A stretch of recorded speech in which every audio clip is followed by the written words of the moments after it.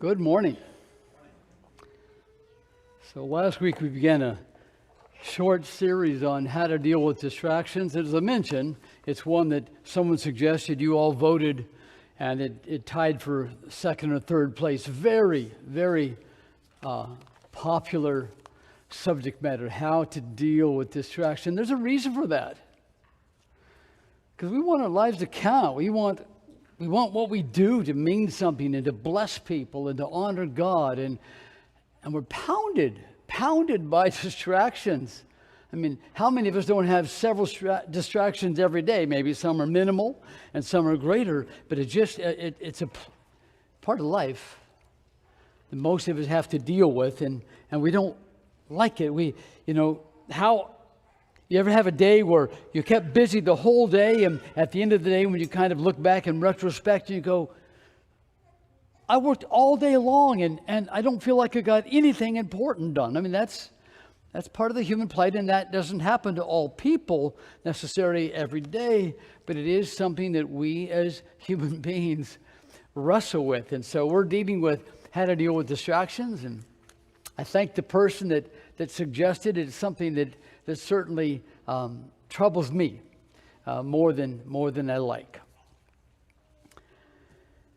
So, don't know how many of you saw the movie Robin Hood, Prince of Thieves, but Kevin Costner was Robin Hood, and there was a young man that was practicing his archery, and Robin comes up to him and he says, can you shoot amid distractions? And just before the youth releases the arrow, Robin pokes his ear with the feathers off of an arrow. And of course, the shot flies high and misses the target, and all the men are laughing. And so then Lady Marian asks Robin, can you? And so Robin aims his arrow. And of course, we know he's the best shot that's ever lived. He aims his arrow, and Lady Marian blows in his face in a flirtatious way, and he misses, and his arrow goes high and glances off of a tree and almost hits a bystander. So whether distractions are painful or whether they're pleasant, if we give them our attention, they cause us to miss the mark. That's why we call them a distraction. They take us away. And here was one of the definitions we looked at last week from vocabulary.com. A distraction is something that takes your attention away from what you're supposed to be doing. Here's another one. A distraction is something less important that pulls us away from something that is more important. And last week we talked about, I differentiated for the sake of our understanding. There's distractions, less important. We talked about interruptions, like the man that was dying in Luke 10 that the Good Samaritan helped. And just so we would understand, I call that an interruption, something that was the most urgent. It had to be dealt with. And the priest and the Levite walked by as though he was a distraction. It was the Samaritan that treated him properly and proved who his neighbor was. So distractions, less important than what we're doing. I know that's a finesse definition, but that we're going to stick with that. So today's title is How to Handle Distractions Part 2. And these are the three main points. We're going to talk about urgency, addiction, the conflict between urgency and importance, and lastly, how to act with integrity in a moment of choice. Because when distractions come, it doesn't even have to be a distraction. When choices come about something we are thinking about doing, we have to make a choice based upon certain values we'll look at. But we want to act with integrity in that moment of choice. All right. So let's talk about urgency addiction real quickly. I didn't coin that. A man named Stephen Covey did. He's written a couple of bestsellers for leadership. He's a leadership trainer. He called it urgency addiction. And there's two primary factors that are involved when we try to make decisions. We try to choose between this and that, or choose what we're going to do. There's two primary factors. One is urgency. How urgent is something, and the other is how important is it? So this is Jesus right after the Good Samaritan. And it says, now as they were traveling along, he entered a village, and a woman named Martha welcomed him into her home. She had a sister called Mary who was seated at the Lord's feet listening to his word.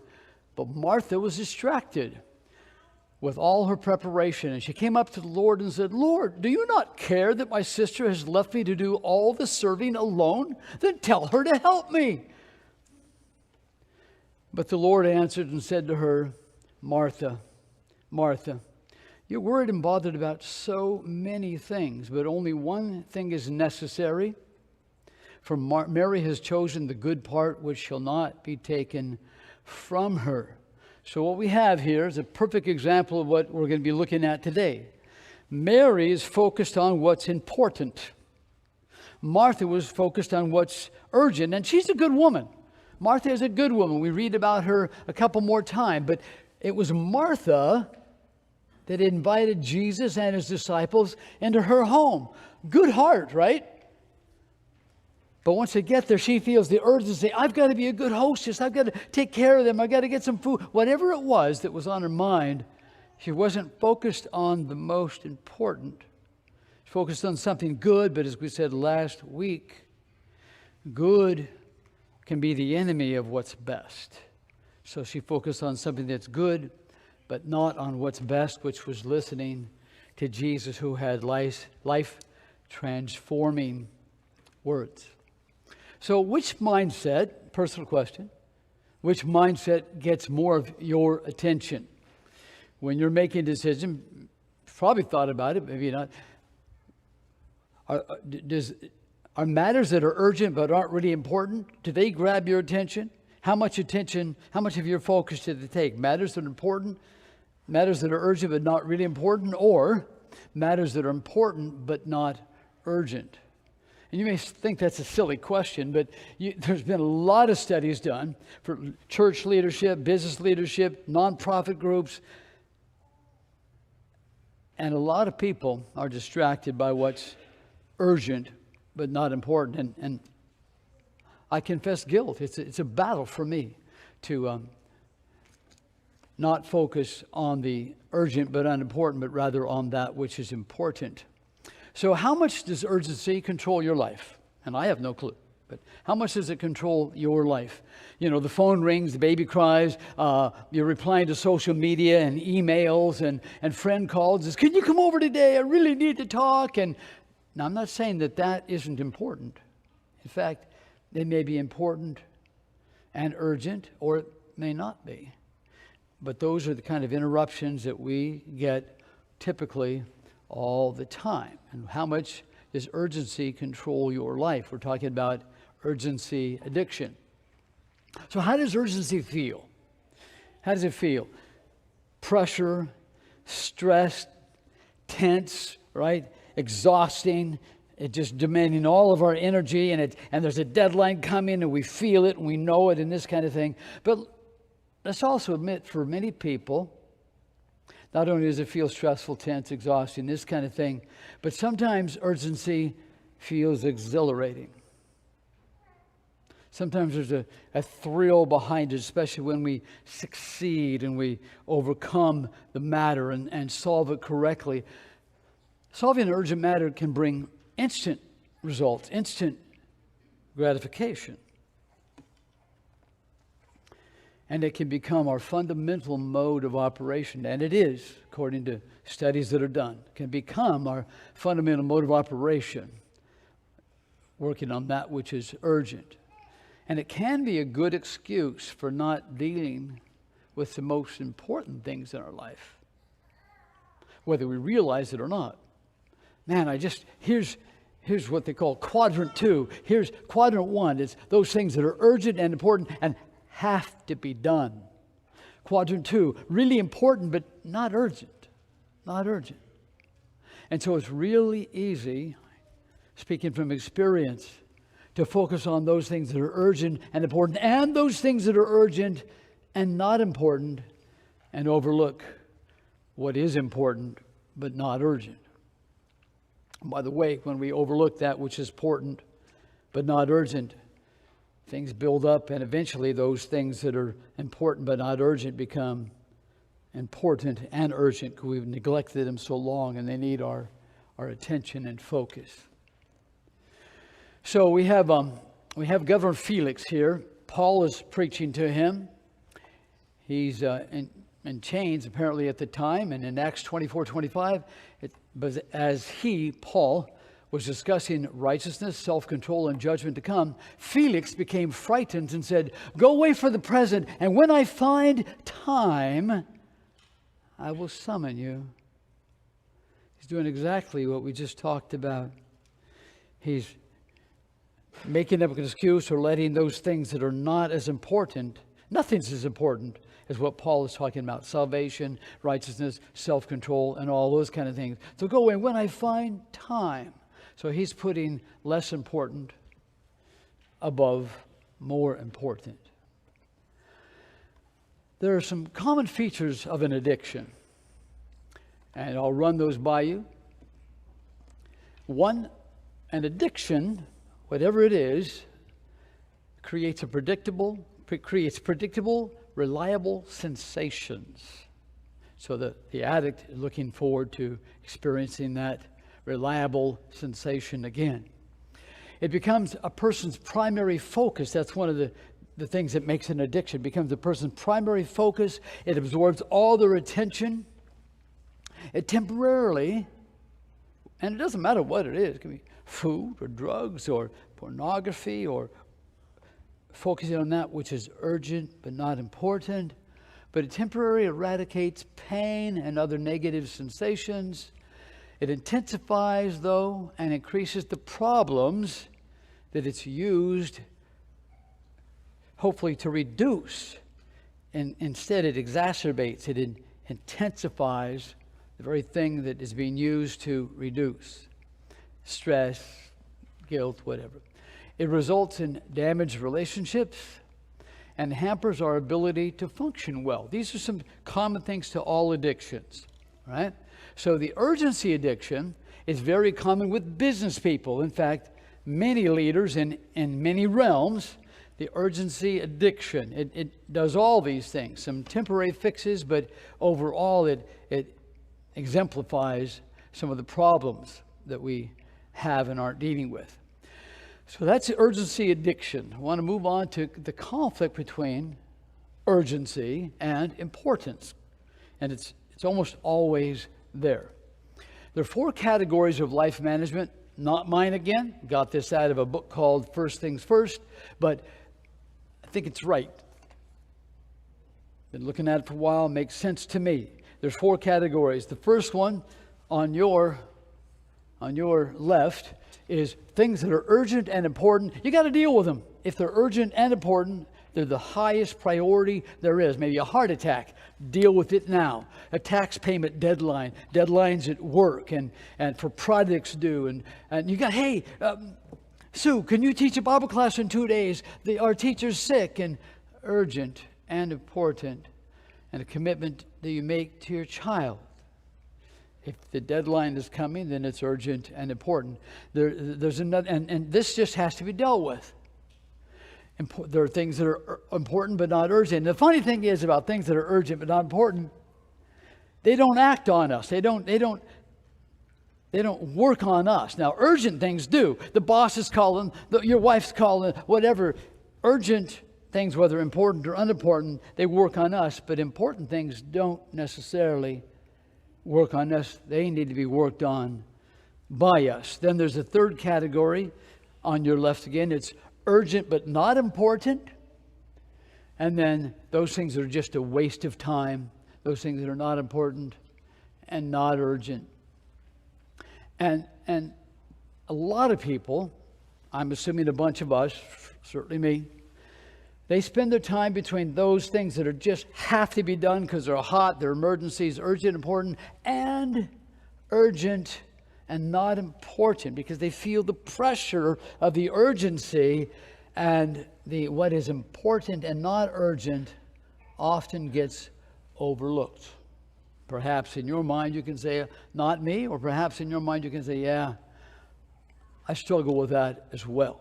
So here's another example from the Bible on something like that.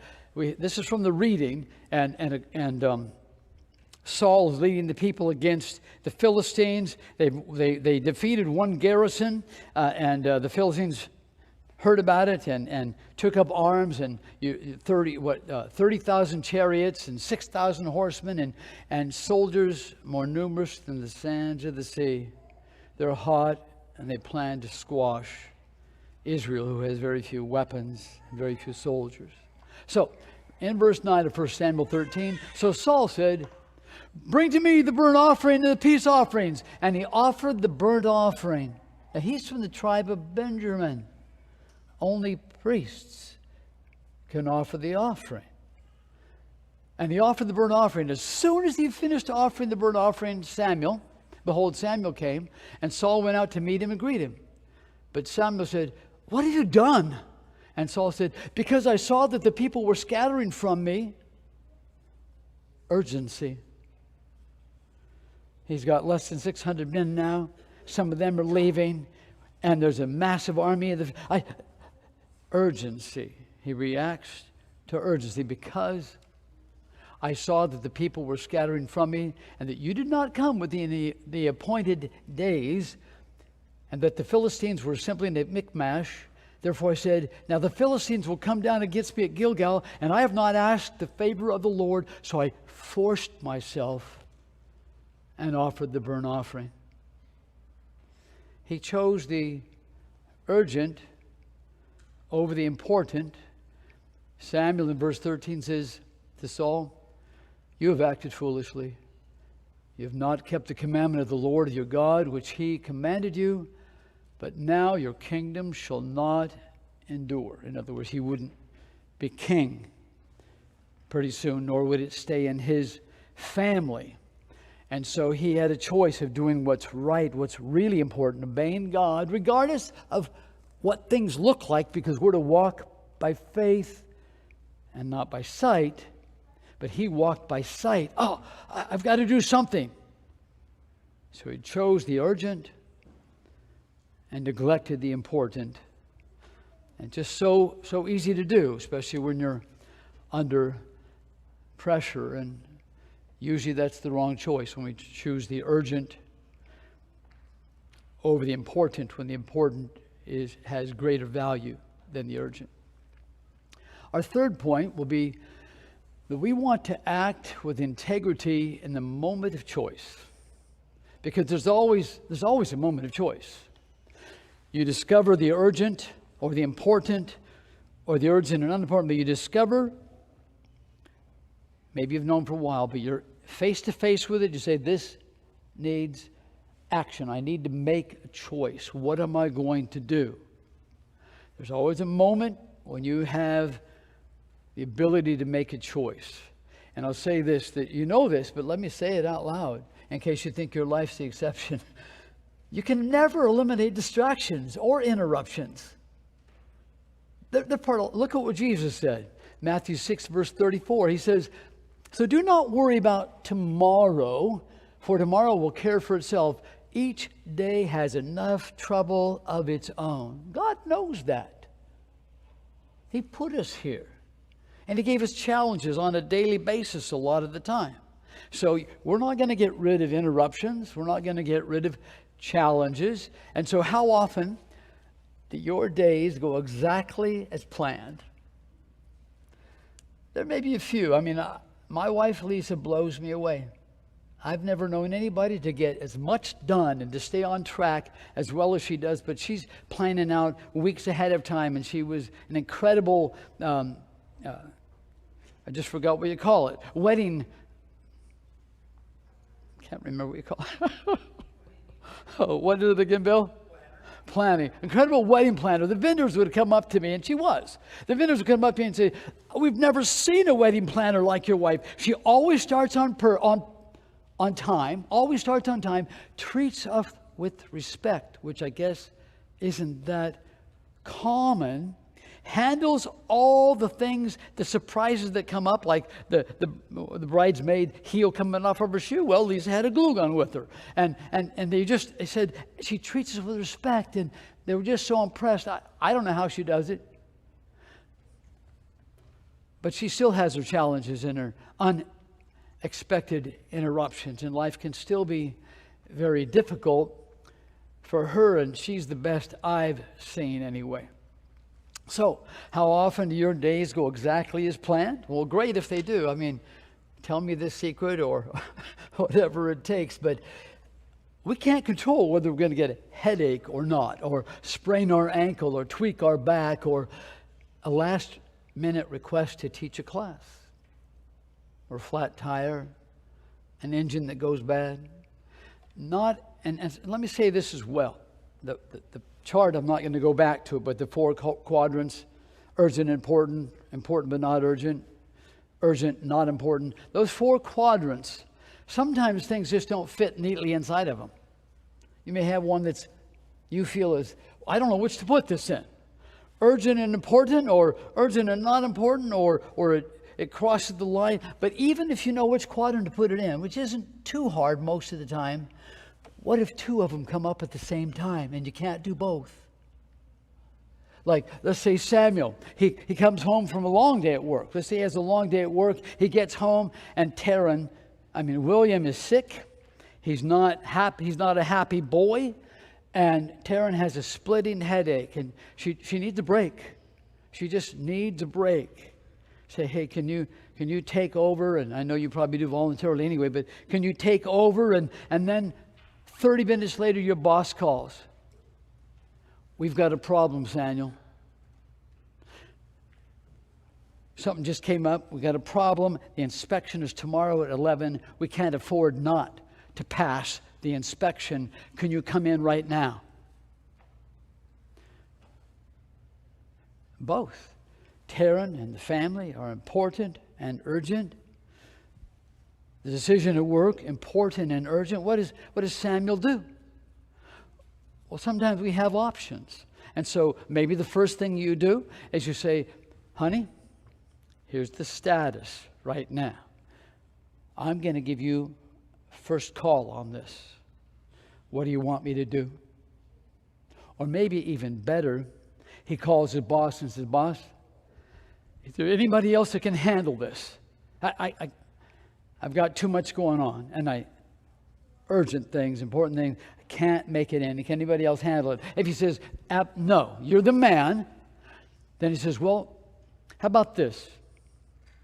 How about if I call my folks and ask them if they'll help babysit, or Taryn's folks, all Christians, and ask them to babysit? How about if I come in, you said it was 5 hours of work, you said? How about if I come in at 11 tonight, and I work until the inspection, I work 12 hours. While my folks help out, would that be acceptable? But a lot of times as we think about the importance of something, and we're aware that it's urgent, but we say, I wonder if there are some options that I need to consider. And so we've got 2 things that compete against each other in importance and urgency, and we look for solutions. That's just acting with integrity, giving both things great value and doing our best to see that they both get handled, even though we ourselves cannot necessarily handle both things.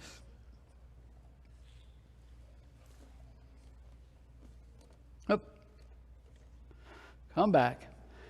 So acting with integrity, we're going to have unexpected situations, and we will have a moment of choice that I mentioned a little bit earlier that will test the fabric of our character. It will test our faith. It will test our integrity.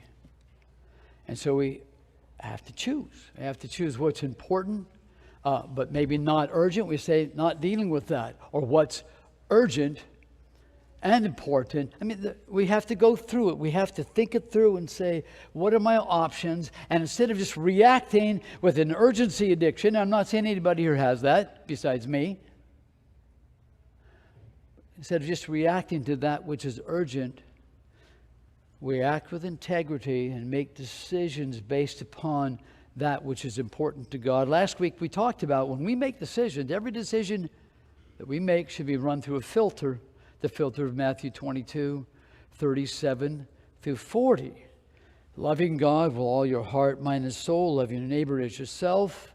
And we say, I've got these two choices. Is one a cleaner choice? Is one going to meet those criteria better than the other one? We use that as a filter. Then we look for advice. In James 1:2, it says, consider all joy, my brethren, when you encounter various trials, knowing that the testing of your faith